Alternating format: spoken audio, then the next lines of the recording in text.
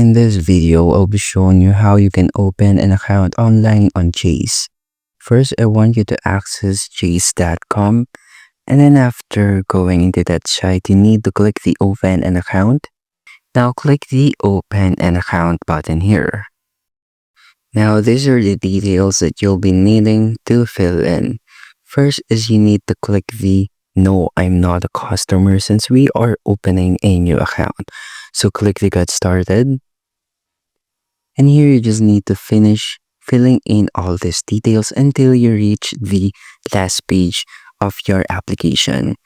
After doing these steps and filling all the information needed by the account, you are now finally succeeding opening your Chase account online.